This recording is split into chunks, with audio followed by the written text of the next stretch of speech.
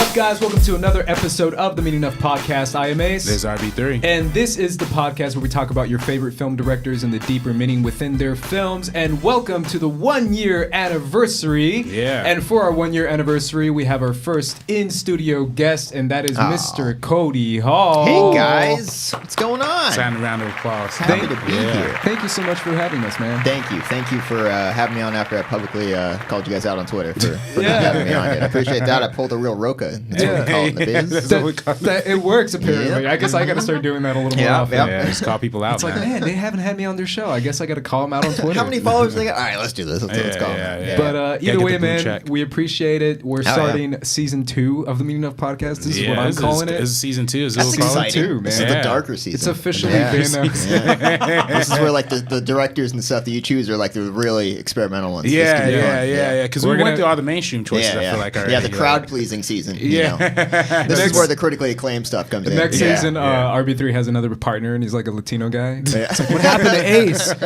He's like, don't stop talking about Ace, man. Nah, it's not. I'll just say you got like surgery, bro. Like, exactly. Soap operas. Yeah. But either way, we're starting off this new season of the Meaning Enough Podcast with a guest, with an in-studio guest. That being here at the Collider studio now, we have the privilege of having guests. And I actually really wanted you to be our first guest, man. Aww. Not just because of the tweet, and not just because I texted you on your birthday and told you that, but also because you mentioned Spike Jonze as a director that you would want to talk about on the Meaning Enough Podcast. Because I remember about like 6-7 months ago when we were on the Schmoes Know Show, you actually came up to me and were like, have you guys done Spike Jonze yet? Yeah. And I was like, nah, man. And he's like, oh, I wouldn't mind doing that. And I was like, all right, Cody's got a director in mind. Yeah, because I figured you guys have already done Spielberg, Nolan. You guys do all the stuff that everyone's, obviously, that's their favorite directors. But like Spike Jonze is a weird one. Yeah. And as a skinny white hipster, of course, I gravitate towards the skinny white hipster director. So I'm excited to talk about this. Yeah, Spike Jonze is going to be an interesting episode. But before we get into Spike Jonze, we're going to get into last week's comments where we talked about Shane Black. And we had a mixture of discussions on Shane Black, on his films, and on some serious stuff, and on not so serious stuff, because let's face it, most of his films aren't serious at all. Yeah. But the first comment is from Travis Smith. He says, I think studios are going to think twice before giving Shane Black a big budget or franchise. Stick to small movies like The Nice Guys. I think that's kind of it. I think Shane Black... I was talking to a friend about it over the weekend because we were talking about The Predator and his like negligence, I guess is what you can call it. I don't think it's going to cost him his career, but I think it's going to cost him some time as far as studios kind of being like, I don't know if he can handle this type of money, and I don't know if he has the responsibility. It's the money, man. It really is. You can't go with those big budgets anymore. They'll probably just do another buddy cop, a low-budget buddy cop movie or something like that. I talked to RB3 about it. Obviously, you weren't here last week, but... he kind of makes the same movie over and over. He does. Kiss, Bang Bang and The Nice Guys are like the same exact thing. movie. Yeah. They even have they actually have like exact same shots, like the underwater naked shot is in both movies. Falling off a balcony is in both movies. Yeah. When Proto Cop falls off a balcony, and then Ryan Gosling. I was like, dude, he's making the same movie. Like parties with boobs out. Wait a minute. The Weapon has a lot of same moments. So he kind of makes the same movie over and over again. So I'm assuming he's going to make the trilogy of Kiss, Bang, Bang, Nice Guys, and then he's going to make a part 3 to that. It's like one set in the contemporary, one set in the 70s, next one got to be set in like the 20s or something. I don't know. Yeah. Could be. I don't mind saying that. Yeah. Christian Jacobs says, how would you guys feel about a Ryan Gosling Batman and a Jake Gyllenhaal Joker movie? What does that have to do? Wait, what does that have to do with Shane Black? Okay, let's piece this together, guys. All right, piece this together. Ryan Gosling was in The Nice Guys. I think. Okay. Oh, now, Gyllenhaal, that's a whole other ballgame. Yeah, I don't know how he pieced that one together. I think it came from me. Okay. Because I'm always talking about Jake Gyllenhaal and my passion for Jake Gyllenhaal. Don't we all have that passion? Everyone should have. Yeah. But either way, Ryan Gosling is Batman RB3. Your thoughts? No. Cody? Probably not. Yeah, I don't think he'd want to. I don't think he wants to either. No. I think, you know what I think Ryan Gosling wants, and he's really trying? An Oscar. He really wants an Oscar. Because that First Man trailer, I was like, ooh. He's like pushing them tears out. I would say Ryan Gosling is like the best Ryan when it came to like picking parts. You know what I mean? You're talking about Ryan Reynolds and Ryan Gosling. You like Ryan Gosling, right? I love Ryan He's that Gosling. hipster skinny guy. Oh yeah. It's right in my demographic. It's right there. I can't turn that down. Yeah, he's really good. I think Place Beyond the Pines. Yeah, The Driver, you're right about the Oscar thing. I think like with each movie, he's like you can see it in his face because it's literally about to explode. Like in Drive, La La First Land. Man, he's just like he's really La La trying Land, for he that looked Oscar. like he wanted to explode. But he got a song. nomination. Yeah. He got a nomination for La La Land. He did? Yeah, he did. Nice. So He has like 3 Oscar nominations, right? Yeah, I think so. Yeah. He's the next Leo, where it's going to take him like 20 years. Yeah, he wants to be taken seriously. Yeah. I think after he did what was the movie Crazy Stupid Love? Is that what it's called? Yeah. I think after he did that, he was like, everyone thinks I'm just this That was hot his guy. one crowd pleaser. Yeah. I'm not just a hot guy. That was a season 1 episode of Season Meeting 1. Up right Yeah, there. that was. Crazy Stupid Man, Love. I love Crazy Stupid Love. great I love that movie That's too. a Love great it. movie. Yeah. What's her name? Aunt May. Marissa Tomei. Oh my God, Yeah, that's yeah. unfair. Unfair. Yeah, man. It's too much, man. I can't handle that Aunt May. Yeah. Ryan Gosling doing it right. I can't take her seriously at all. LJ Panther says this movie was all kinds of trash. Requiem was the worst, followed by this one. That ties with Predators as dog shit movies with some great elements. He's talking about the new Predator movie. Yes. Dog shit movies. He's really passionate about that one, man. Yeah. Yeah. What was your thoughts on the Predator? Oh, I Cody? didn't like it at all. Okay. So you're with I Andy, thought there were Cody. parts Thank where I you. was like, all right, that's fun, but it seemed like it was a movie that was just chopped and put together by too many different people. Thank you, Cody. I agree. They let Shane Black be Shane Black for like 3 scenes, I think, and then the rest was kind of all over Studio the place. notes. Yeah. Yeah. I said the editing was pretty awful. Yeah. Really awful. But I still Come on, had Ace, fun man. with I it, don't know, man. I mean, I've seen worse movies I this had year. fun. It's not that bad, but it's just, I don't like it. Were you a Fallen Kingdom guy? No. Okay. I watched 'Cause that again RB3 this past weekend. It is not good. RB3 is a Fallen Kingdom guy. Fallen He Kingdom. loves that movie. Yeah. Maybe because I care more about the Jurassic Park Yeah. franchise than I do the Predator franchise. That's but, what we agreed. Oh, man, it you was should not have good. you should have seen our review of it because we talked about because I'm a Jurassic Park guy too. Yeah, you of know course, that. And we did a review of it and we didn't know our thoughts going in and we immediately I was like RB3 I hated this movie and he comes back and he's like I love this movie. It's one of the him and Brian, man. It's one of the weirdest things that they like that movie. And I was like, how do you guys? I would not if I was putting money down on Vegas. I'd be like, all right, they're not going to like that. And, explains why I suck at Vegas. That's that. You know, to me, Fallen Kingdom was finally the Jurassic Park movie that I thought like the Jurassic Park franchise was the entire time. You know, and then it finally like fit into the puzzle like just perfectly. Well, that's my. Obviously, it's a far-fetched comparison to compare Fallen Kingdom and the Predator, but that's kind of my thing with it. Is like Fallen Kingdom doesn't take anything seriously, neither does Jurassic World, but the first Jurassic Park kind of did. No, wait, and wait. I countered that. The first by- Jurassic Park did. Yeah, But, think Fallen but my Kingdom takes counter things seriously. is the Predator. Everyone thinks like this first 1987 movie is like the serious, dark, okay, and gritty hold movie. on, hold on. And I'm Now like, we're going it's a different directions. cheesy, over the top Dude, muscle stop guys. It, stop it. Okay, I'm not okay. gonna let you It's, say Okay, that. hold it's on. like muscles shaking. Ace, I've been with you most of the time. The first Predator is fantastic. Thank you. Oh, thank you. It is Cody. not just 80s cheese, which it is. It is is 80s all cheese. 80s cheese. It is. There's a lot of that It's in there. fondue, Yes. bro. That is a perfect example of like telling a story and then flipping it on your head like midway through it. Be like, what the fuck's going on now? It's a brilliant story. I love the Predator. Yes. I like it too, The but first Predator. I don't Yes. think it's like this Good here, Cody. experimental, About dark time. and gritty film. We gotta have or- more guests, Ace. We or gotta have like more guests. philosophical film. Because for me, like at least Jurassic Park, you can tell like what Michael Crichton wanted to do and what Steven Spielberg wanted to do was challenge the audience a little bit with some thoughts and with some questions. The Predator doesn't give you any questions. It's just a bunch of guys shooting at an alien versus like what making a comedy out of that. Because the Predator is a comedy, the new Shane Black The new one, yeah, basically. It is. And not Fallen Kingdom, I wouldn't call it a comedy, In but it bad is kind ways, it of is. a spoof. Yeah. If anything. It's not it's kind of a spoof, a parody It's of the not a first. spoof. It's not parody. It's not parody. That's what you said about the Predator. Yeah, but it's not even like that's not even comparable. Like I they don't weren't know. I intentionally think they making are. jokes. Like there was only one funny scene that was like, oh, this is like parody level. Was like Chris Pratt with the lava. I think that was a parody scene. You know, That's not how lava works. yeah, That's not how lava works. I think that's a parody scene. I definitely think that's a parody scene. I don't You think see, the rest of the movie. in the was. first Jurassic Park, I think they would try to get lava right. Okay, Yeah. in this last one here, it's just like, fuck it. Yeah, Yeah. not just that, but the fact that I still love it, and everyone has said it before, so I'm not original by saying this. But either way, the whole like you get your giant gun and you point it at your enemy. Then what do? You wait for the dinosaur to get there. It's like wait, Just like stare to the last possible second. Yeah. it's like wait, can I just shoot the guy? I mean, yeah, but that's not that cool. Don't be ridiculous. Yeah. Hey, man. So either way, if you're gonna get a gun and point it at someone, wait for a dinosaur to get there first.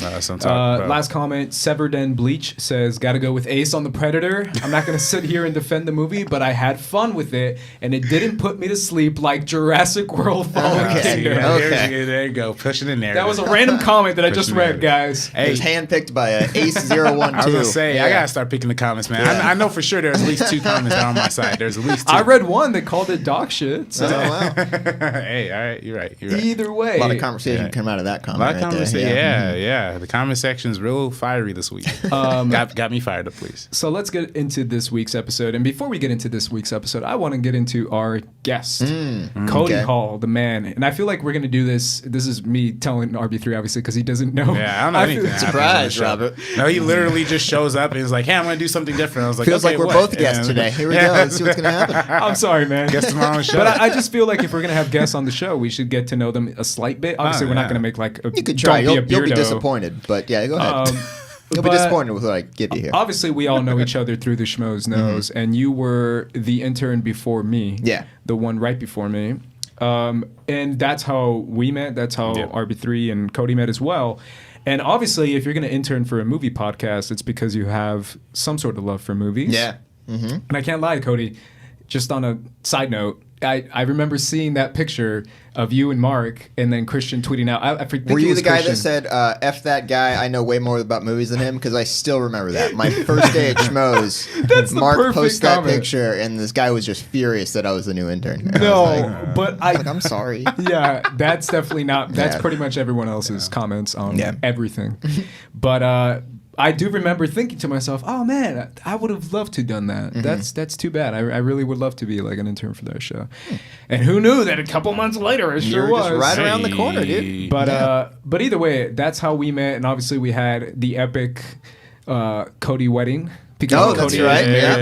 Yeah. So that was a lot of fun. Thanks for being there, both of you. That was a great time. That was a blast, man. That was a blast. I remember I was talking to my buddies over the weekend, and we were talking about the urge to dance because sometimes it comes upon you. You were out there for a little bit. I was keeping my eye out for you. I was like, I wonder if Ace RB3 was out there since the first song. But I was like, I wonder if Ace is going to come out there. Ace is I saw down, man. Ace is boogieing. Once Sing Street came on, he was out there. Oh yeah. I'm going to join you in for that. I love that. The world unites for Sing Street. Absolutely. It brings people together. Yeah, absolutely. But either way, I had a lot of fun, man. I told my friend that's the last time I danced, and he was heartbroken. He was like, "Man, you should dance more often, brother." Do it, dude. While you're walking down the street, just a good feeling. We're gonna end this episode in a dance. That's what we're gonna do. Yeah, let's dance. But either way, man.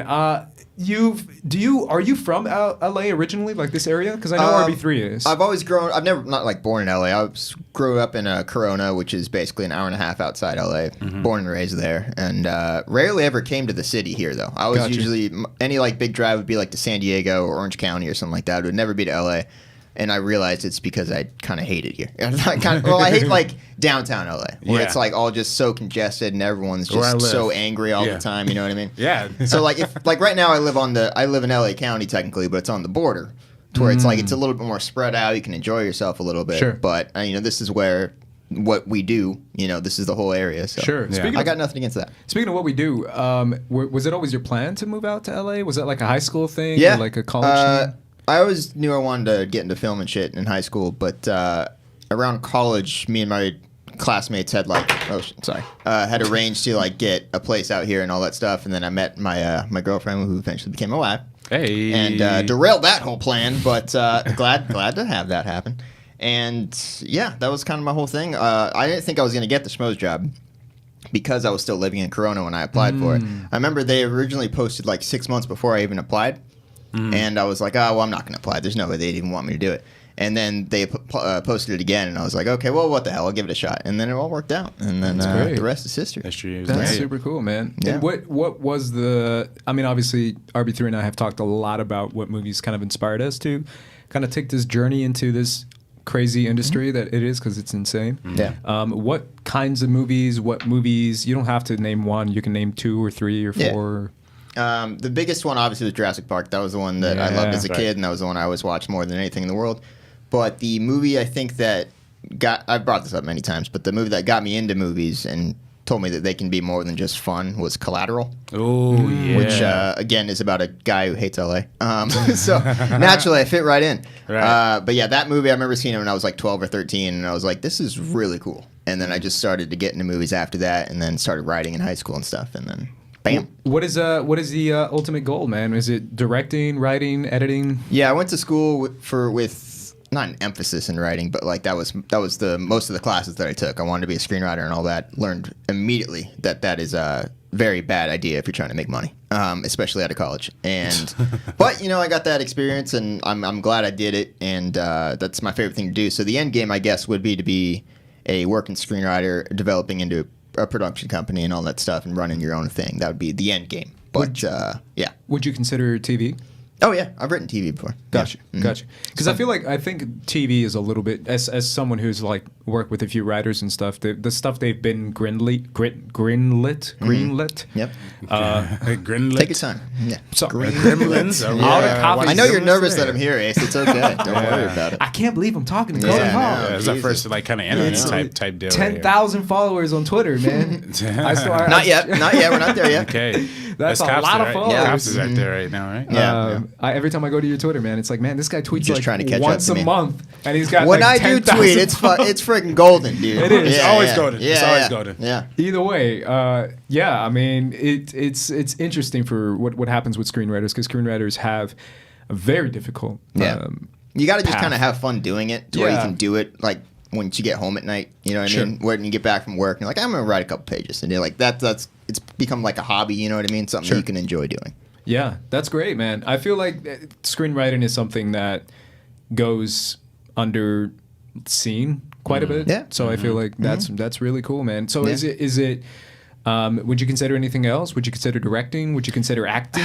Look, I would never want to be a director. I don't think, just because Gotcha. I'm not a bossy person at all. Sure. I don't think I can tell. I have like asking you guys to do something like during Schmoes back in the day. I was like, can you guys fix that? Just whenever you have time. I know it needs to be fixed right now. That's Just right, whenever it's right, convenient. right. Just go. I hate like telling people what to do. Yeah. But I love the idea of like being a producer and owning a production company. That seems like something I could do. But as like developing ideas and stuff like that. Yeah, that's but great, yeah. man. That's great. And I always forget, like, you're so much younger than me. All of you guys are way younger than me. Not that younger. Come on, man. I know, We're man. in the same area. Every time Yeah, someone's yeah. like 20s. We're in 3 this months together. younger, it's like, Yeah. you're a child. Back in my day. Back when bread was a nickel. Seriously. Back when bread was... I remember those times. No, I'm kidding. Are you Roker right now? or- Either way, Spike Jonze. Yeah. There's a reason why you chose this film director. Tell us that reason, Mr. Cody. it was, what is it about his films? Well, it was also during the time that I mentioned before when I first saw Collateral, or that time where I'm discovering that movies can be more than just fun. And I Sure. think first movie I saw from him was Adaptation. Yes. Okay. And I was like, Nicolas whoa, this is freaking awesome. And as a screenwriter. Yeah. And I was like, it was right when I was like getting into Yeah. writing and shit. And I was like, this is right up my alley. This is perfect. And then I watched all of his other stuff, and I think the guy's fascinating. That's great. Especially since he'll do stuff like that, and he's won Oscars, and then he'll produce stuff like Jackass. Yeah. And like do Yeah, music yeah. videos for Jay-Z. And it's so weird, his whole Yeah. spectrum of stuff that he's done. That's it's funny because that's kind of like a follow-up question of mine is like, what is his target demographic? But then again, when it comes to his music videos, Yeah. when you see the kind of artists that he works with, he doesn't really have a certain specific demographic, considering he's done so many artists. But his movies do have a specific voice, I feel, personally.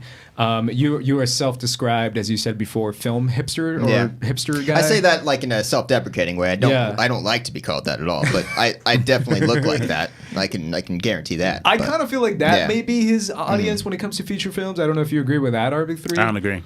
But when it comes to... I'm not a hipster. So. Yeah, he likes it. That's a good Yeah. point. I'm definitely not. You're gonna see how much I like his movies. We're gonna get into it. Yeah. I'm so yeah, excited. yeah. Mhm. But before we get into his feature films, let's get into a little bit of his music videos. Now, I sent you, Cody, a few music videos that are very popular Spike Jonze films. He has a lot. Like Yeah. RB3 said beforehand, he has a lot.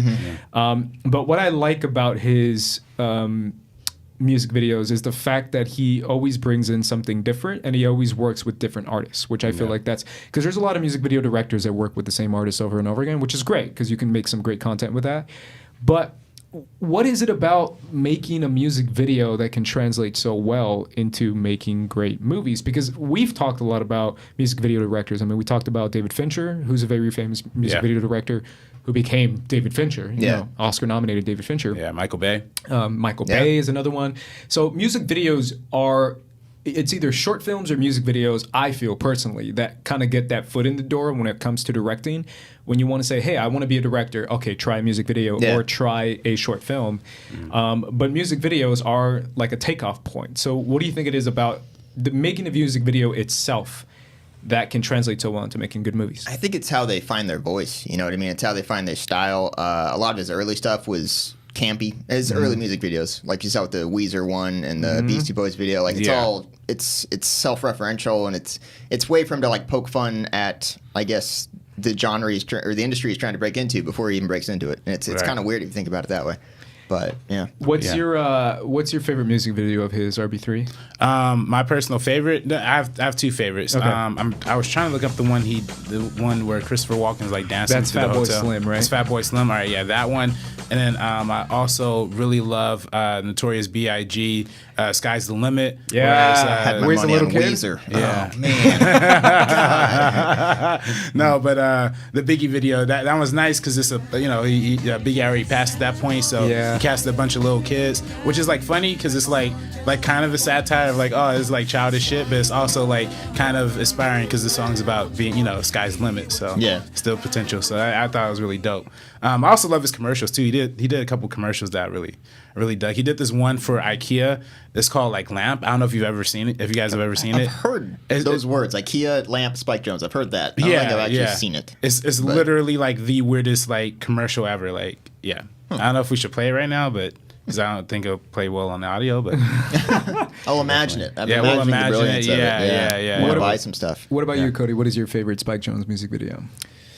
Probably the Sabotage one. I would think. I remember watching that as a kid all the time. I didn't even know he directed it until you sent me the link. I was like, oh, I didn't know he did this. Yeah. And that one's a lot of fun. I remember watching that all the time on MTV2. MTV2. Control Freak. Do you guys remember that show? You weren't even born. I yet. wasn't. The show. See, it was like people would vote on videos. Like they would vote on what the next video would be. Oh, really? And for some reason, Beastie Boys Sabotage, a video from like 15 years before the show even was on, kept getting voted. And it was fun. Yeah. That's good. Was that on MTV? That was I think it was called Control Freak, and it was on MTV2. I think back when that channel played music videos. Was there a host up for that? No, it was just like it was weird. It was like you see the video and then it had like a sidebar where it had like three options that people voted on. Yeah. I think I did remember that. Yeah. Just for the audience, an example of the kind of artists that he's worked with. I mean, he's worked with Weezer, Beastie Boys, R.E.M., the Chemical Brothers, Fatboy Slim, Fat Lip, quite a lot with Fat Lip.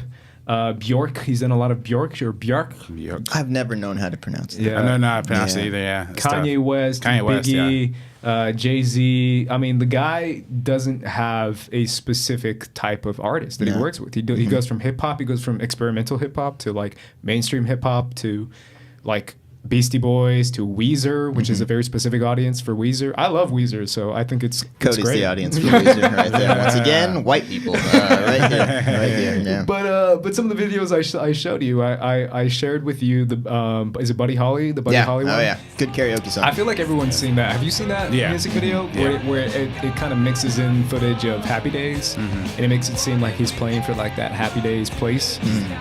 So we have the Fonz kind of breaking it down and getting down to it. And obviously Bjork is kind of like known for their weird music videos or like their very specific music videos. Yeah, because I do remember working for a certain company that would try to take rights to music videos and try to make their own version of like an MTV. Oh, interesting. And I remember Bjork coming up quite a bit, so I've seen quite a few of Bjork's music videos, and they're always super weird. And they're always like super distinct and super cinematic, super like visually beautiful and all that stuff. So I don't know. I mean, it's crazy how he can go from all these different artists and all these different types of music videos. I also shared with you guys the Get Back with Ludacris, which is probably my favorite. It's one of the most ridiculous videos I've ever seen. It's so cool. It's funny, but it's weird. It's great. I love it. Yeah. Spike Jonze. It's kind of interesting now that he's so well regarded as a music video director, and that people can actually big artists can go to him and say, "Hey, I have this idea. What do you think of this?" Like even 3 weeks ago, when Lil Pump and Kanye West. I love it. Yeah. Oh, wow. Well, he didn't direct it. He executive produced it. But yeah. I don't know what that really means for a music video. I think he's like, that's a cool idea. I don't know, man. I kind of feel like it feels like a Spike Jonze. It does. It does have his touch all over it. Where they're like in the little box suits. You've seen the video, right? Not the one you're talking about. Oh, no way. Really? Really? Yeah. I'm not hip with today's music videos, guys. It's not in the show. Like, I could really show you a picture and it's the entire music video. Yeah. It's basically rapper Lil Pump and rapper Kanye West are... You gotta say rapper Lil Pump, rapper Kanye West. African-American men. I don't know about Lil Pump. I don't know about that guy.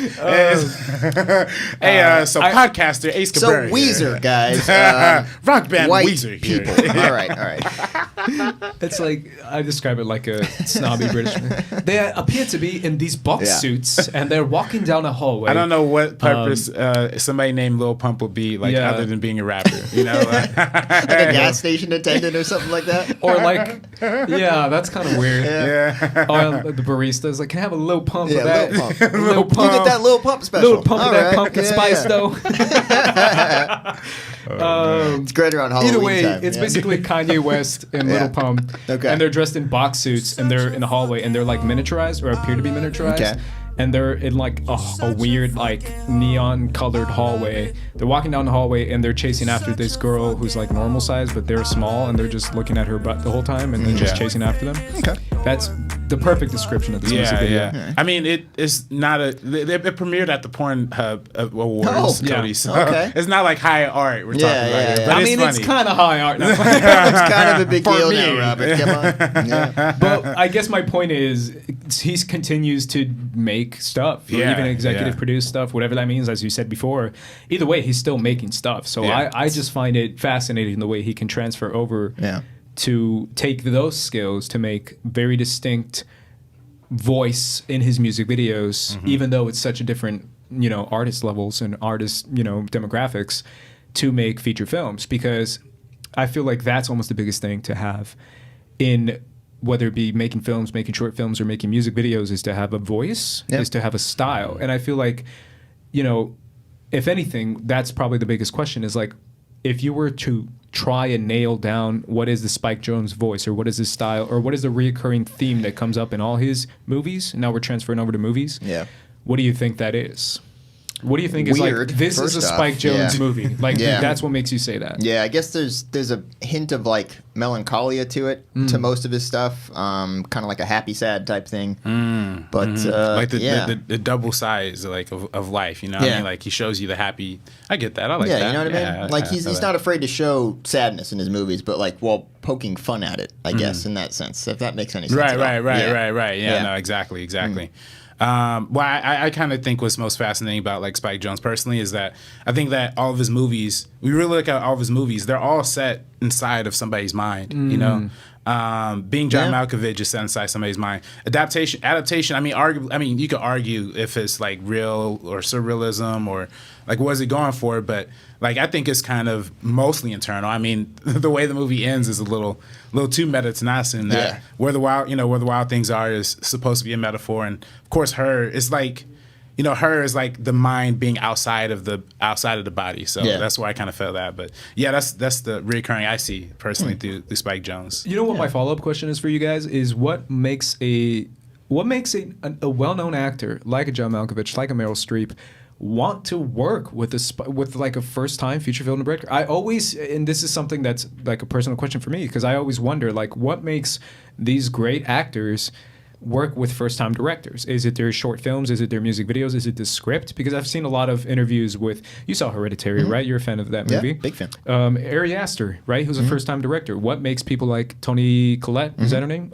Or the guy who played the husband. Gabriel Byrne, Shimoda. Well-known actors want to work with a first-time director on this creepy horror film. Like, that's such a fascinating question for me, because I feel like nowadays actors of that caliber want to work with like Scorsese's and want to work with like big names to give them the award push or give them the challenge to do something different. But when it's a first-time director, if anything, if I'm a well-known actor and I'm like an older veteran actor, I'm gonna be like, I don't know, I'm not gonna work with this 26-year-old kid or 32-year-old kid who's just starting to make movies. Yeah. What makes these actors, John Malkovich and Meryl Streep and all these actors, want to work with a Spike Jonze, a music video director? I think it's a combination of all the things that you said already, and then also from everything I've heard, like in similar situations, is that they want the director to be passionate about what they're making. You know what I mean? And that's, of course, an easy thing to say, but like I remember Emma Stone. Emma Stone was talking about La La Land. And of course, Whiplash had come out at that point, so Damien Chazelle had a name at that point, but she remembers, I think she said that the main reason she joined La La Land was because he was so passionate about the project and he wanted it to be as great as it could be. And I think a lot of times a lot of directors just kind of go, by the numbers and they just make their movie. But like, I think especially if you're a young guy, you have to show them that you're serious about what you're trying to do. Right. And you have to have a shit ton of talent and as much resume as you possibly can. Right. Which Spike Jonze did at that point.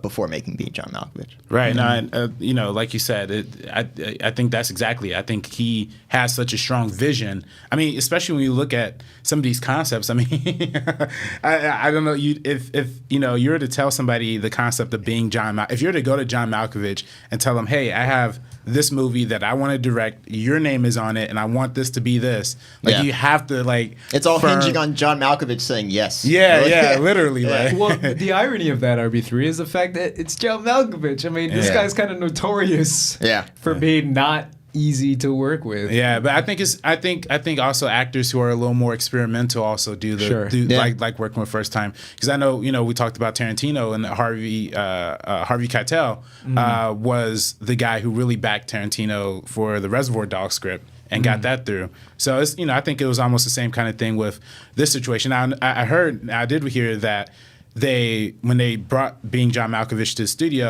the studio literally asked okay, Being John Malkovich, why can't it just be called Being Tom Cruise or something, like a big star? Yeah. But because that that's the vision. That's what they wanted. They wanted that specific kind of tone, that specific kind of persona behind his movie. So it's just super fascinating that he held so strong to that throughout his entire creative process. Yeah, for me, that's always a fascinating aspect of filmmaking, is the fact that giving a first-time director a chance to make something and then giving them the right cast so that movie can be somewhat of a success, right? Because any first-time film director can make a feature film, but making a feature film with a cast like a John Malkovich, or even like the stuff Steven Spielberg did, like when he would do TV work, he worked with big actresses. Yeah. Same with Fincher, he would work with some big-time actors. I mean, even as crazy as Alien 3 was, because it was a crazy process, he still was given this cast. It's Sigourney Weaver, who was leading a franchise. So he was still given that chance, even though he was a young kid music video director who seemed to be really talented, like you said. Yeah. So I just personally find that fascinating. But either way, let's get into his first film, which is Being John Malkovich, which is kind of like his claim to fame. Mm-hmm. If anything, it's still what he's known for. I mean, obviously Her kind of took off and kind of give him a bigger name. But Being John Malkovich was such a weird film that it kind of gave him a name for being that quirky genius, I guess is what you could say about Spike Jonze, considering walking out of this movie. I'm curious, because obviously this movie came out in 1999, which I was 8 years old. I was watching Phantom Menace and The Matrix in 1999. So I wasn't interested in this movie at that time, but I'm so curious about not just box office numbers, which I guess I could look up, but also the audience reaction watching this movie in theater, right? Yeah. Because watching this at home, you can watch this movie at home like I did, it's fine, it's whatever. You know what you're getting into. But when you see the trailer for this movie and then you go to the theater to watch this movie, I'm so curious about an audience reaction to it, because it's such an odd film. But obviously I want to talk to you guys about it because you guys are the big Spike Jonze fans. What is your scale of love for this movie? How much do you guys like it? How much do you guys love it? How much do you feel like it truly is an original type of movie? Oh, it's super original. This is probably the one. Yeah, this is definitely the one of Spike's that I've seen the least. I think I've seen it once, maybe twice. But I just keep thinking about what you said. If this thing came out today, it would be distributed by A24. It would have a trailer that a bunch of film snobs liked. Yep. And then it would probably get like 3 million opening weekend of the box office and get like a D+ cinema score. And then they'd be like, oh, it's still great though. And then like in 5 years it would get a cult following. Right. That's how I would predict it going. It'll go on Amazon. Amazon Prime would be the only place you could find it. You know? Would the official Twitter account be like trolling people the whole time? Yeah. Someone takes over John Malkovich's Twitter account, and it's like a different person controlling it every time. That's lit. That would be a lit. That's a lit promotion. That to me is like the biggest thing is like people's reaction to these types of movies, but especially back in 1999, I feel like people were slightly more open to this type of experimental stuff. But what about you, RB3? Do you love this movie? This is well, listen, I don't hand out a lot of 10 out of 10s on this podcast. But I think being John Malkovich is very warranted of the 10 out of 10. It's the Jurassic World Fallen Kingdom. Jurassic World. John Malkovich. This to me is easily my favorite Spike Jonze movie. Really? And I remember watching this I want to say like my junior year of high school or something like that, sophomore year or something like that. But it was like it blew my mind so hard because I can never imagine a concept that, original, I guess, to a certain extent. And, kudos to the writer, Charlie Kaufman, who, of course, has written this one and Adaptation and Eternal Sunshine of Spotless Mind and Cinetrope New York and all these great movies. But this one in particular, I just felt like it really resonated because it's about the whole idea of control, right? Sure. How we want control, how we manipulate control, and how every character kind of resembles a different facet of that. Like how John Malkovich is like losing his control by having people control his mind, control his body.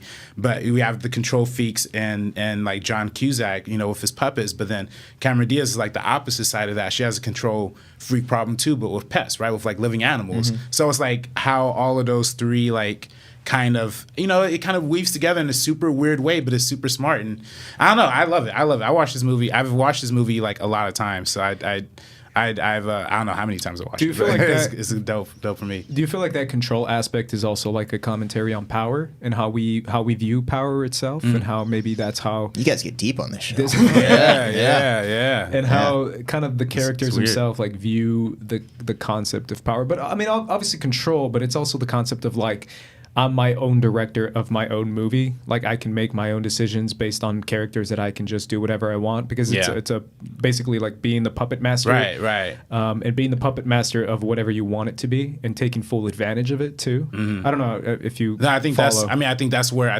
the whole meta aspect of it too. It's like the art of creating something that. The art of creating something is essentially putting control into creating it, right? Like when you're an artist, you're gonna paint something yourself. You're gonna, puppeteer something yourself. You got to direct something yourself. And I feel like this is kind of a peek into how we puppeteer people and how we use an actor like John Malkovich, who is even though known for being difficult to work with, he's also a very well regarded actor in both stage and screen. So he's obviously, he resembles a lot of other people anyway, and by other people I mean like other parts of the characters, So he's never really himself to begin with. So it's just fascinating that that's the parallel that's made, So I think it's super meta, like on that level. Yeah, it could be a statement on acting in general too, like in how we're always becoming other people regardless, and it could just be a reflection on that. I just thought about that. Right.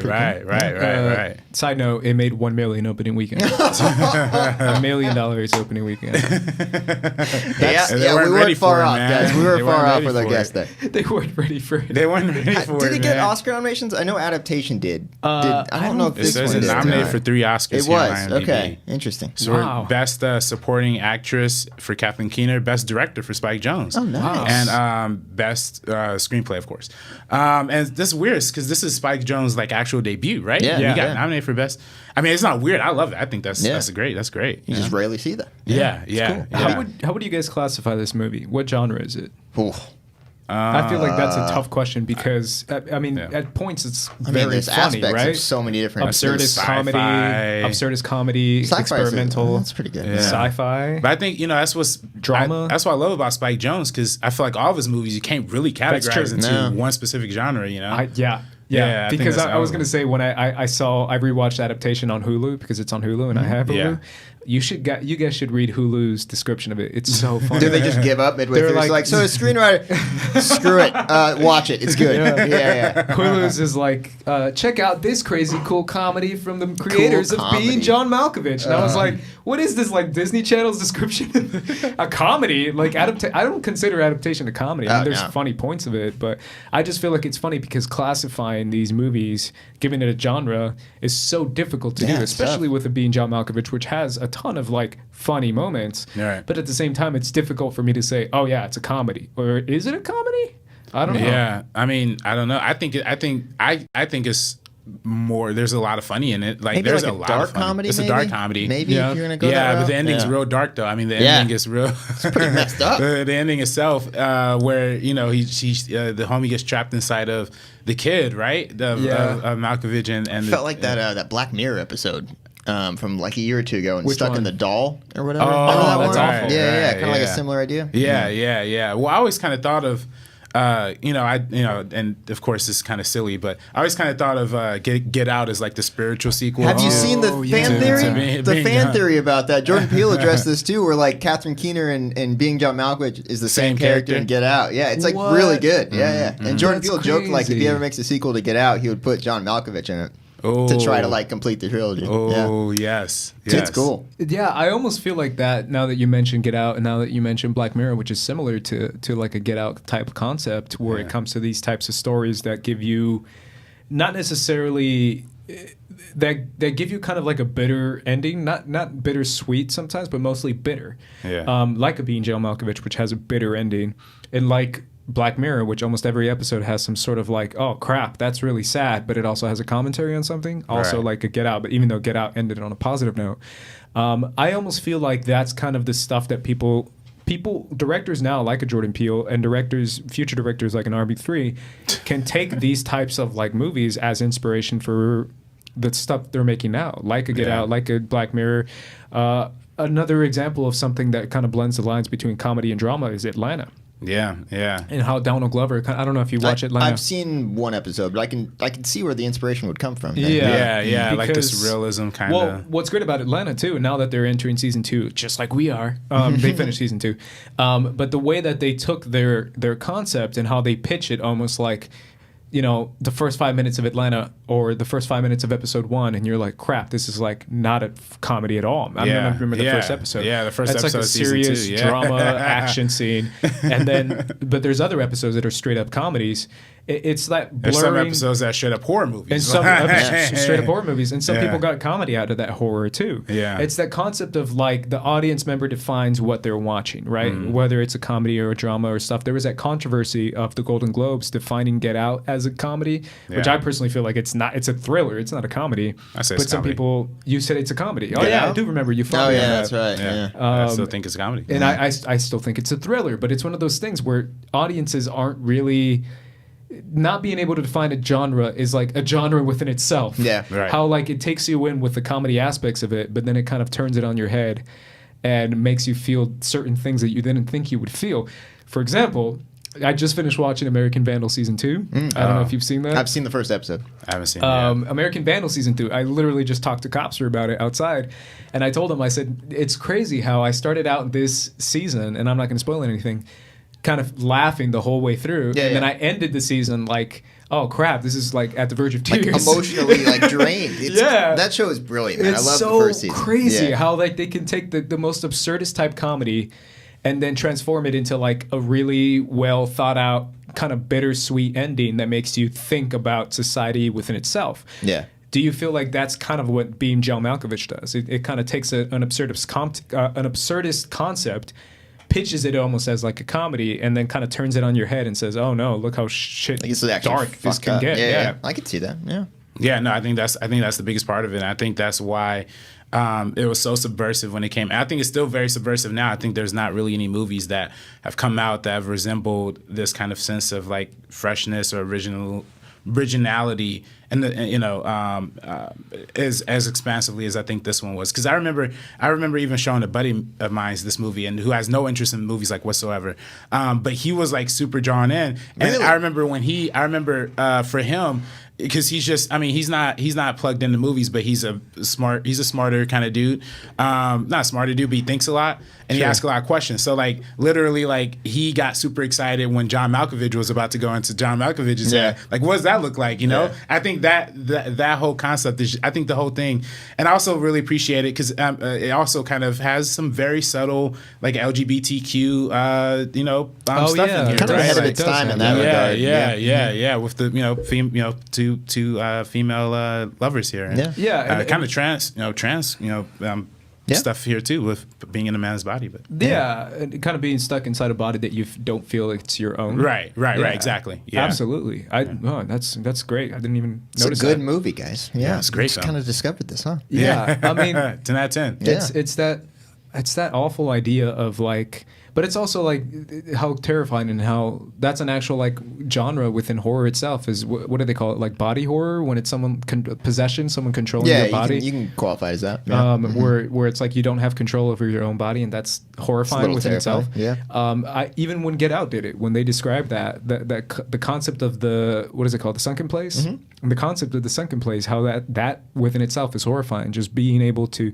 see but not being able to control anything, like that's a horror movie. I mean, that's literally possession. So this is a comedy. We're going to call it that, right? But it has so many different elements, and I guess that's what makes it stand the test of time. Because did you guys rewatch this, by the way? Do you feel like it holds up? I haven't seen it in a while. But do you feel like it might, just from your memory? I think it should hold up, yeah. Yeah, I don't matter. It doesn't matter if it holds up to me. Like, I just love how it is. You know what I mean? I think it holds up. I mean, I think all of his movies. I think all of Charlie Kaufman's writing still holds up too, because I think he comes from a very postmodernist perspective when he comes to like. It's a good word, being Robert. Postmodern. Hey man, it's college word. Hey, I'm not paying $75,000 a year for nothing. You getting my money? That's right. Yeah, no, that's but I think he approaches it in a very way that like stands the test of time even for the future. So sure.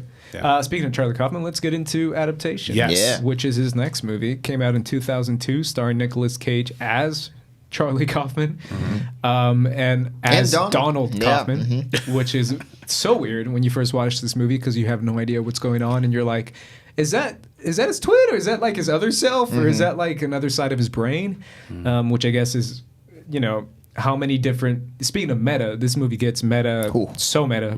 Meta to the meta. So it could even be a metaphor within itself about that, about being kind of two different people and how they feel about, two different sides of yourself, and how you're always frustrated with one side and then you're frustrated with the other side, and you can't make up your mind as what side you truly are. So this movie, I'm also curious to see theaters' reaction to this movie coming out of it, because again, you can't really qualify the genre, because saying it's a comedy for me is like selling it way short, considering how many deep themes they get into in this movie. But this movie stars Meryl Streep, Nicolas Cage, Chris Cooper's in this movie. Chris Cooper, Tilda Swinton is in this movie. Who else is in this movie? Who plays the screenwriting instructor? What was his name? Brian Cox. Brian Cox, is in this movie. What's her name? The girl who's like in every movie. Julie Taylor. I don't know. She plays the mom in Jurassic World.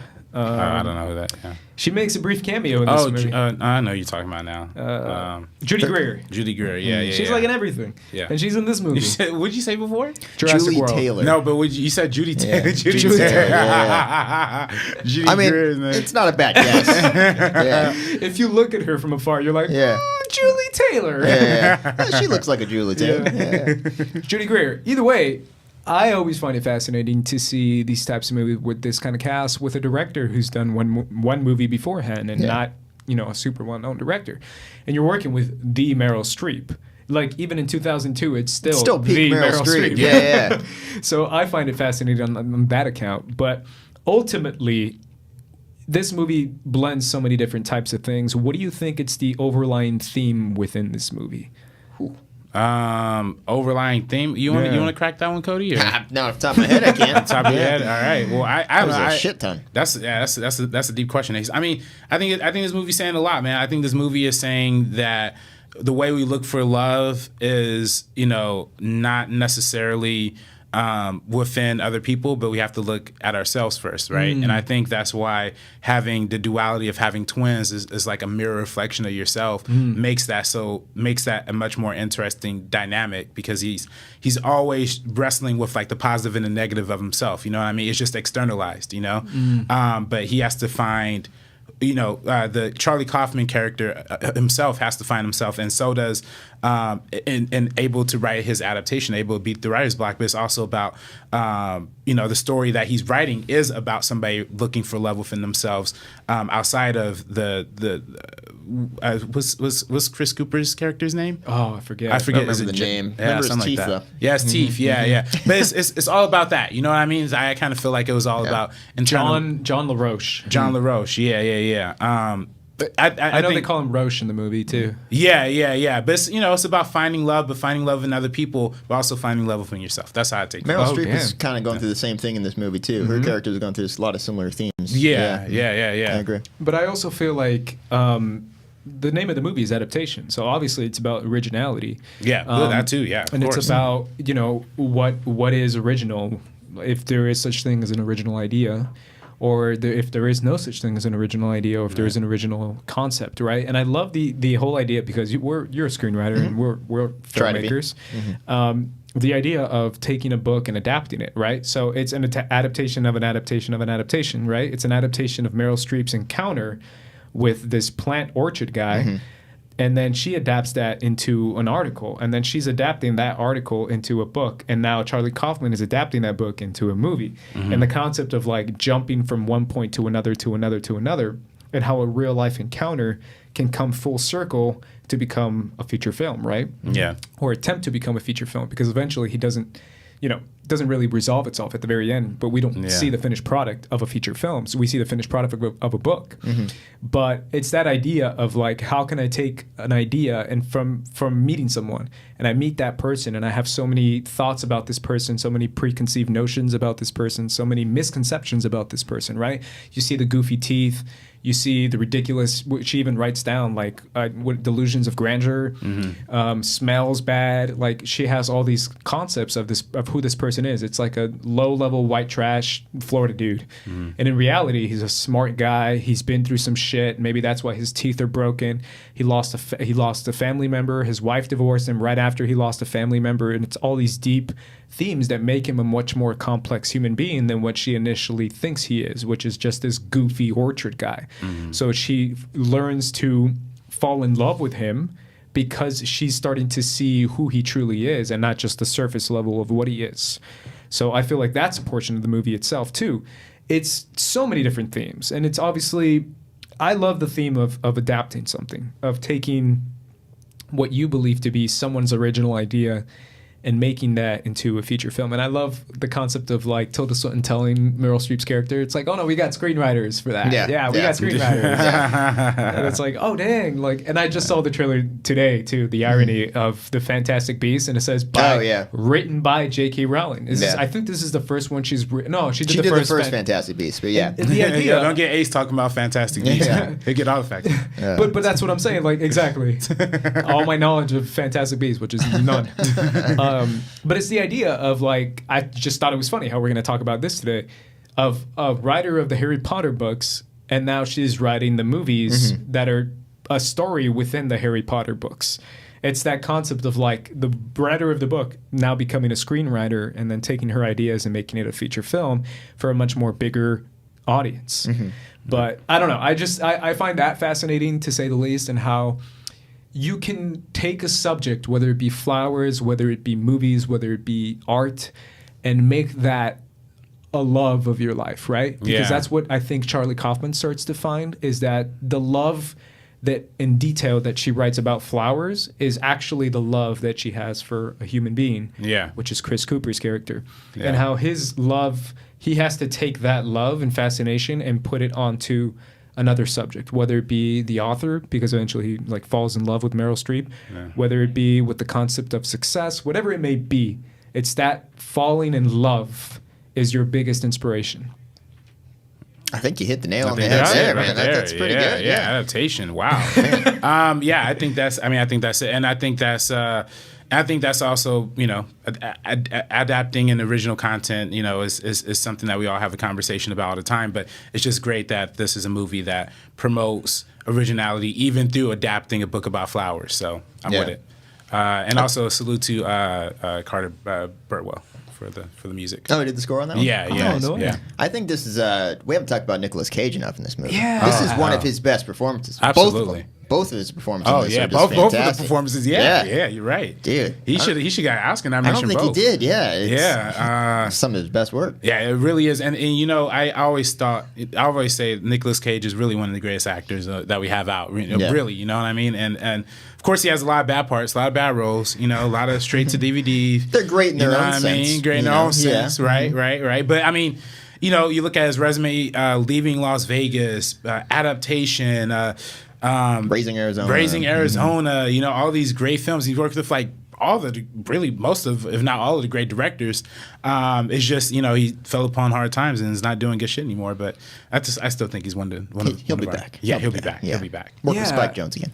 Man, Nicolas Cage, man, he's such a good actor. Yeah. He's so freaking good. And he's great in this movie as well. Obviously, you guys already said that, but it's so true. It's something that doesn't really go as noticed. And back in 2002, man, this guy was in his prime. Yeah. Like, this guy was killing it. He was making stuff that people remembered. I remember, you know, watching a ton of movies growing up about Nicolas Cage. And this was like my era, the early 2000s era. It was like my era of like watching a ton of movies. And yeah, he's freaking great. But I want to get into another topic that I feel like Nicolas Cage brings up in this movie quite a bit. It's the concept of, you said it, RB3, how you view yourself. Yeah.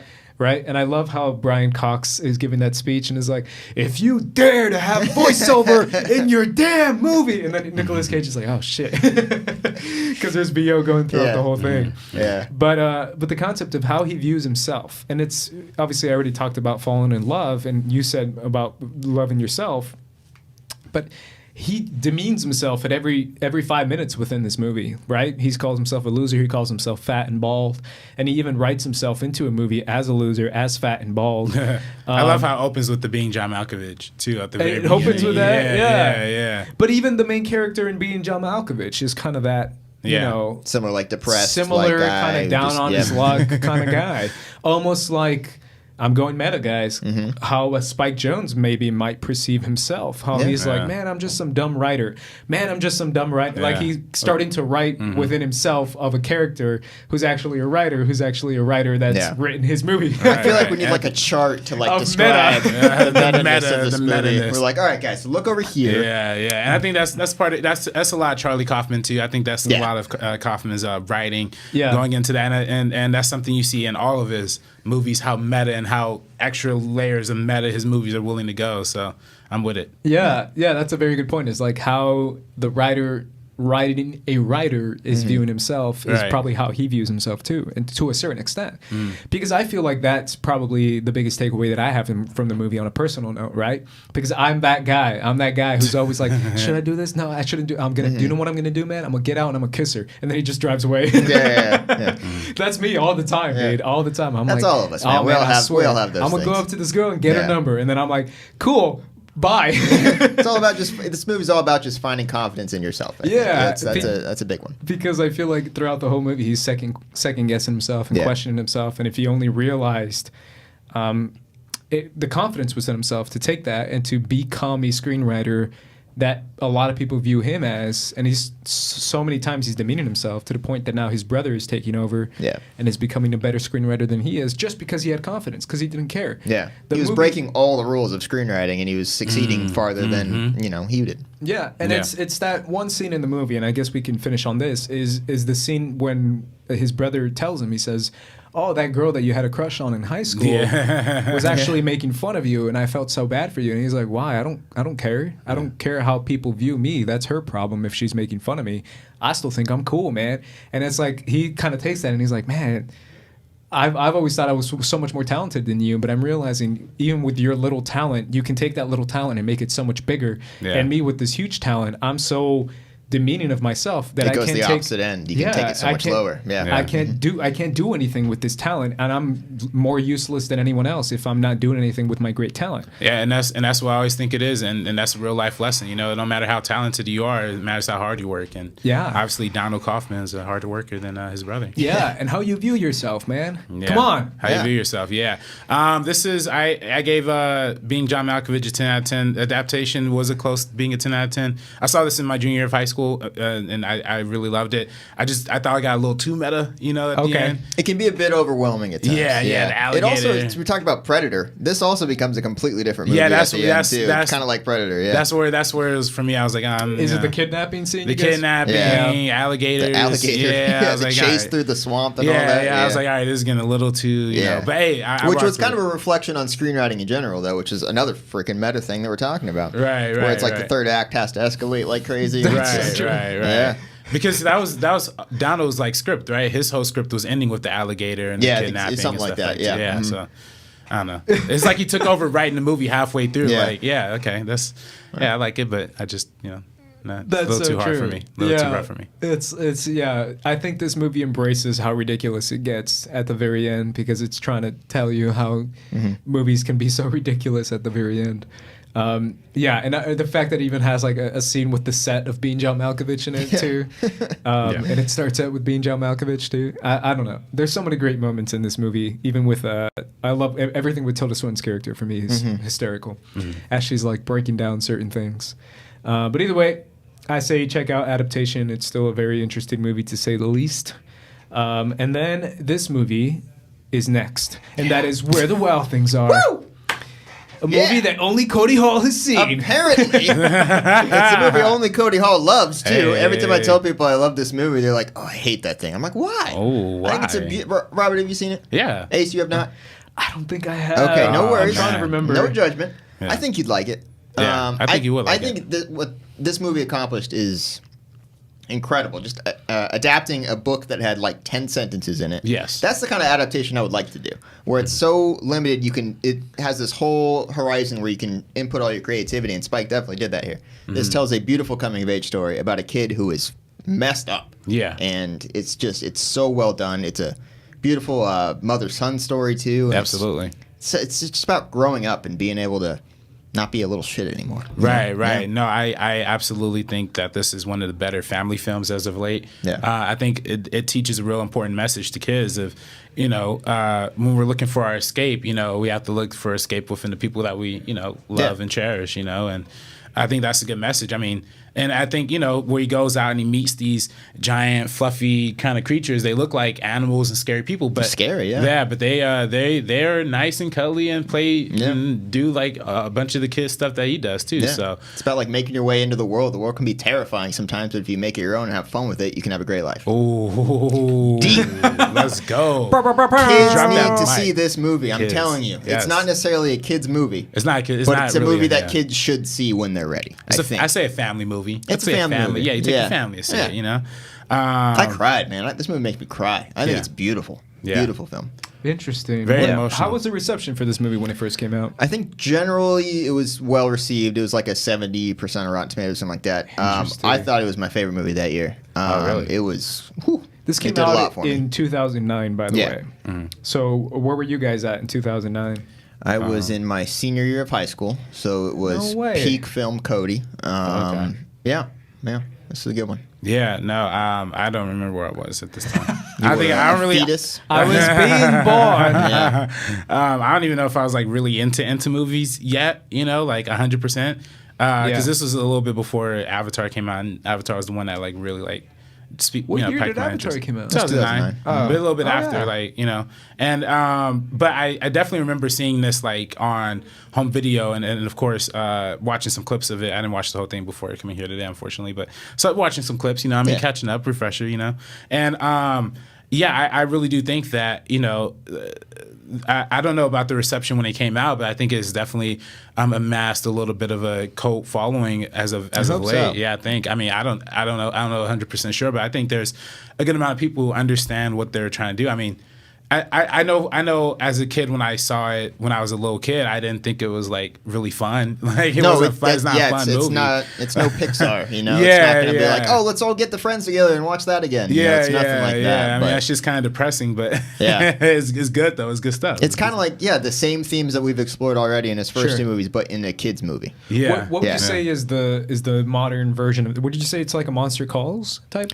That's movie? a good comparison. Yeah? That's a pretty good one. Similar ideas there about like depressed kids. Fun times. I think Monsters Call is a little more violent. Okay. Yeah. I think, but the imagery in this one throws a lot of people off too, with the giant heads and the way their faces, like they move around. I thought is it puppeteering or is it like animatronics? I'm not sure. Yeah, I'm I'm not not sure sure. actually. Yeah. It's probably a combination, maybe. Probably a combination, yeah. But they were Yeah. really good. I mean, the way they had the detail in the faces was The budget on this was huge. I remember too, because Oh, really? I don't think it made its money back. Oh, I man. want to say the budget was like $100 million. Like it was. Really? It was a big movie. Yeah. They're really hedging a lot on it. I remember it came out. This might be why some people don't like it too much. It came out like during the peak hipster time. Oh, really? Arcade Fire was in the trailer. Oh, really? Like, Oh, I think I remember I was talking to Copster about this. Like he's like, I saw the trailer, and I was like, oh, okay, come on. But so that might turn some people off. But if you put that aside and just give the movie a shot, I think you'll really like it if you haven't seen it. Wow. I mean, it did have a pretty good opening weekend with 32 mil. Oh, yeah? Nice. Yeah, 32 mil is pretty freaking good. Yeah. It's Interesting. a $100 million budget though. You know what I mean? Yeah. Yeah. If it is 100 million, I don't know if it is, but if it is, then yeah, that's a lot. Cody, is your it is favorite? $100 million budget. It's It is? Oh, Jesus I thought you were Christ. saying if it is. Yeah. It is, yeah. Oh, damn. $100 million. Yeah. That's why I'm like, where did that all crazy. spend? All right. Yeah, man, that movies aren't cheap. So he did a much smaller film after this. Yeah. But Would you say this is your favorite? You say or of his? Yeah. No. We'll get to my favorite shortly. Let's do it. really? Okay. Yeah. Let's do it. We have a new Joker, and his name is Joaquin Phoenix. And he is also in this movie. Yeah. I honestly That was a good believe that we talked about it 2 weeks ago, I believe, RB3. Who are the best working actors right now? I would put Joaquin Phoenix up there. Yeah, As one of the top best three for working. sure. I would put him as like one of the best. I don't know about you, RB3, but I'd put him up there. As Yeah. at least top 5 for me. Yeah. Top Put 5. him. RB3's too picky, man. I gotta think about He's it. like, I gotta yo, think about Well, hold on. Jurassic Yeah. World Fallen Kingdom. Yep. Up here. Fallen Kingdom. Because I feel like I keep throwing around the top 3, top 5 number too much. Like I can't say 20 people for Yeah. top 5. You know what I mean? Like, Yeah. but I think definitely Joaquin Phoenix. Just should say like qualify. they're in the conversation. They're in the That's conversation. an easy way of doing it. Yeah, they're probably in the top 75. I'd say. Yeah, they're somewhere in there. Yeah. Yeah, that's how you play it safe. I think Joaquin Phoenix is up there, man. I don't know. I every role he does, like The Master. He's Yeah, crazy Master's in The amazing. Master. Yeah. He's so good in that. Freaking Commodus in Gladiator. He's Yeah. so Oh, yeah, good he's as great. Commodus in Gladiator. yeah. He plays like the perfect psycho in that movie. Yeah. And obviously in Her, I believe he's a truly spectacular performance in Her. He gives a really great performance. And Her, what year does this movie take place? I don't know exactly. I don't know if it has an Is it like exact. 2050 it's, or it's something? in like I don't know 20 or 30 years from now. Yeah. I think something like that. What do you guys? Obviously, this movie touches on a ton of themes, and obviously, RB3 has banged everyone's head about it when it comes to Blade Runner 2049. But besides Blade Runner 2049, what do you feel like this movie is saying about the future itself? Is it more a progressive future? I think that's what makes Her the most fascinating to me, is that this is one of the only sci-fi movies that portrays an optimistic future. You know what I mean? That It doesn't start out that way though. It No. starts out like when they're showing everyone on the bus or the subway just on their phones, just talking, like, and even walking across the street, they just don't even talk to each other. But you're Yeah. right. By the end of it, it's a much more positive message. Yeah. And It's a much more utopian version of Yeah. the Yeah. world instead of dystopian. Yeah. Because I think it's easy for a lot of sci-fi movies to get caught up in the deep blue, like underlit, like it's Blade Runner and everybody hates each other. But this is just a movie. People are just on their own worlds, and experiencing. And sure, are they being manipulated by computers or having getting emotionally attached to inanimate objects? Sure, maybe, but they're finding enjoyment out of it. They're finding happiness out of it. So it's kind of like Black Mirror to a certain extent too, right? It is. Like to me, like I definitely think the episodes like San Junipero takes a lot from her, and I think at least from the aesthetic, right? Like from being that kind of futuristic, and also Nosedive takes a little bit from it too, I think. But interesting. Yeah, I mean, everyone in the future wears a lot of pastel for sure. Let's hope that color scheme doesn't. That color scheme, dude. Those clothes guys. Oh man, dude, I can't get on board with that. To be honest, man, this movie plays with color so well. Yeah. So good. Like, that's probably one of the biggest things in this movie. Is like, as soon as it starts out, you're like, oh damn, this is a really the production cool design. looking movie. Mm-hmm. Like the production design's off the charts. And obviously the concept of like taking relationships and how we develop relationships with people, and now it's becoming the way that fast food changed the game for fast food for food, and how we view eating. It's now the Tinders and the online dating stuff are changing the game for the way we view relationships with people, and not just relationships, but the deepest of relationships, right? Because when you want a couple, when you want a marriage, or when you want to be with that partner, it's the deepest of the deepest of the deepest of relationships, right? So it's that concept of the commodification, I guess, of relationships. And it's crazy now because we know people who've met off Tinder and stuff, so we can see the success stories of it. Didn't Copster, didn't he met his girl off Tinder? Yeah. One of my best friends met his wife off Tinder. You met her at a movie theater, right? Yeah. But Riley also. Riley, Roca. Roca. Yeah, Roca with Bumble. Yeah, same idea. But it's that concept of like how it's being, taking relationships and making it a quick way to get to know people. And now how you can get a relationship with the thing that gets you into relationships, which is your phone. Yeah. And that concept of like AI. But one of I can't lie, my favorite scene in this movie is also the funniest scene in my opinion. Is the scene where Joaquin Phoenix's character is like finally building up the courage to tell Chris Pratt who his real girlfriend is, because he's like, oh yeah, my girlfriend. And then finally he says it. He's like, oh yeah, by the way, my girlfriend's like this. And Chris Pratt's like, cool, man. Bring her along. That was really cool. Yeah. And he thought he was going to be like, deal that's so weird, He's man. gonna judge him. Yeah. He's like, that's super cool, man. I'll introduce you to my girlfriend. Yeah. And like Chris Pratt is playing like Chris Pratt. Yeah. And we talked about the best Chris's a couple of weeks ago. And I said Chris Pratt plays Chris Pratt in every movie, which is not a bad thing. It's fine. Do like a March Madness style bracket with Chris Pratt, with Chris's in Hollywood. Yeah. But either way, that reaction kind of shows what Spike was going for in his movies. It's that idea of a progression in society to the point now that if you're truly not harming anyone, the decisions you make should not allow anyone else to judge you, right? Because we live in a city that is so open to the point that, the concept of judging within itself is taking like, oh, why are you judging this person, right, for the decisions that they make, to the point that there's an even extreme side of it where it's kind of all bullshit. And I talked about that a couple weeks ago too, about how LA is all bullshit, because that's my... I concur. Thank you, worry. Cody. Yeah. Because I still think it's bullshit how they're like, oh, we don't judge, and then in the back they're like, well, who the hell is that guy? Yeah.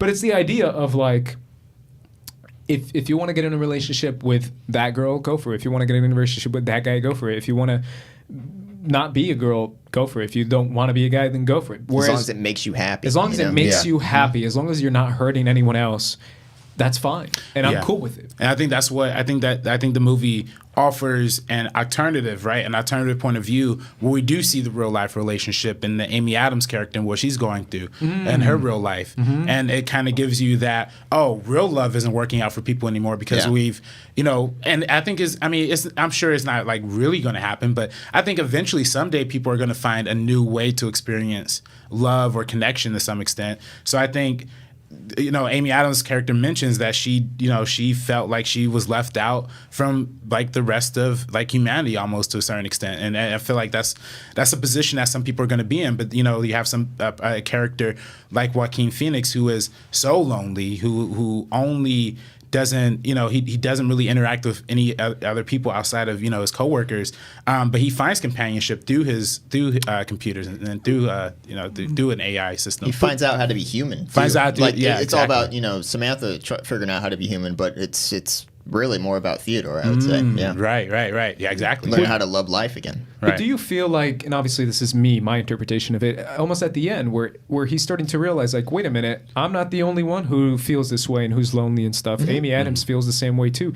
wait a minute, what if I just get with Amy Adams? Like, that, I mean, obviously they don't fully, dive into that at the very end because it kind of ends on a cliffhanger. But it's almost that concept of like, you're going through the same thing I'm going through. We're kind of similar. Why have I always put up this wall with you when I could have just been with you this whole time? I think that's me. Yeah, that's what I think took from it. I see where you're going. I think it's more about connecting with people in general, as opposed to like a romantic thing between the two of them. Sure. But I completely see where you come from. Yeah. That's a beautiful final shot too. Yeah, it's great. It's great. Yeah. But I don't know. That's kind of what I feel is the concept of like, every time someone feels like they're the only ones in the world, or like feel left alone in the world, or feel like they're not seen, or that they only like a certain thing that no one really likes, and it's all kind of just bullshit. If you just kind of open up your spectrum a little bit, and solution's like right in front of them. Yeah, that's just my takeaway. Obviously, I might be. Yeah. I mean, Scarlett Johansson is a good option, anyways, even if it's just her voice. Just Scarlett Johansson's voice. I'm good, man. I'm set. Yeah, that's straight. I'm straight.